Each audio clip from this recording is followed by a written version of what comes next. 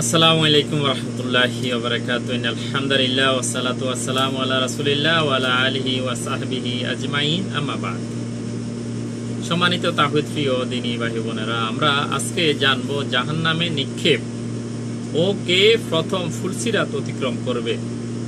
দুটা বিষয়, একটা হলো জাহান্নামে মানুষকে নিক্ষেপ করা হবে, জিন ইনসানকে, আর দ্বিতীয়ত হলো ফুলসিরাত, যে ফুল থাকবে জাহান্নামের উপরে সেটা সর্বপ্রথম কে অতিক্রম করবে, কে পার হবে সে সম্পর্কে আল্লাহ তাআলা বলেন, তোমাদের মধ্যে এমন কেউ নেই যে তথায় পৌঁছবে না, অর্থাৎ সবাইকে ফুলসিরাতের উপরে যেতে ওইটা অতিক্রম করতে হবে।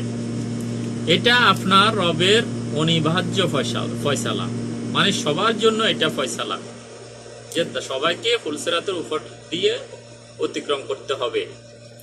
অতঃপর আমি ফরজগারদের জন্য, আল্লাহ তাআলা বলেন, অতঃপর আমি ফরজগারদের জন্য, যারা আল্লাহ ভীরু, যারা মুত্তাকি, তাদেরকে উদ্ধার করব। আল্লাহ তাআলা যারা মুত্তাকি, যারা ফরজগার, তাদেরকে উদ্ধার করবেন এবং জালেমদেরকে সেখানে নতজানু অবস্থায় ছেড়ে দেবে।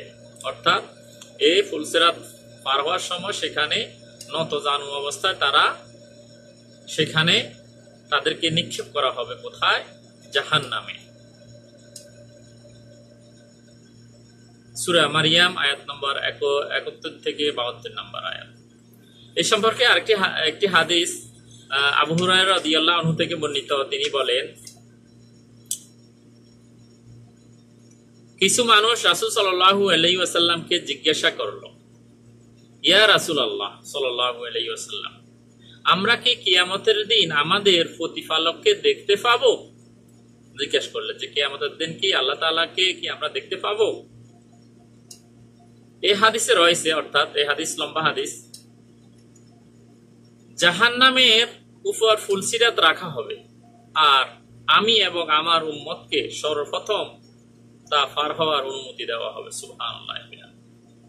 তাহলে এখানে দুটা হাদিস, দুটা বিষয়। একটা হলো জিজ্ঞেস করছে যে আমরা কি আল্লাহ তাআলাকে দেখতে পাবো, সেটা এখানে উল্লেখ করে নাই, মানে শুধু এটা বলছে অবশ্যই জান্নাতীরা আল্লাহ তাআলাকে দেখবেন এবং ফুলসিরাত পার হওয়ার জন্য সর্বপ্রথম রাসূল সাল্লাল্লাহু আলাইহি ওয়াসাল্লাম এবং তার উম্মতদেরকে অনুমতি দিবেন ফুলসিরাত পার হওয়ার জন্য।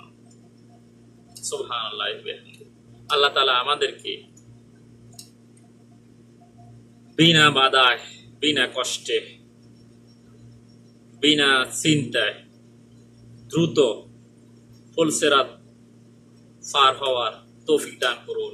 আমিন। আসসালামু আলাইকুম ওয়া রাহমাতুল্লাহি ওয়া বারাকাতুহু।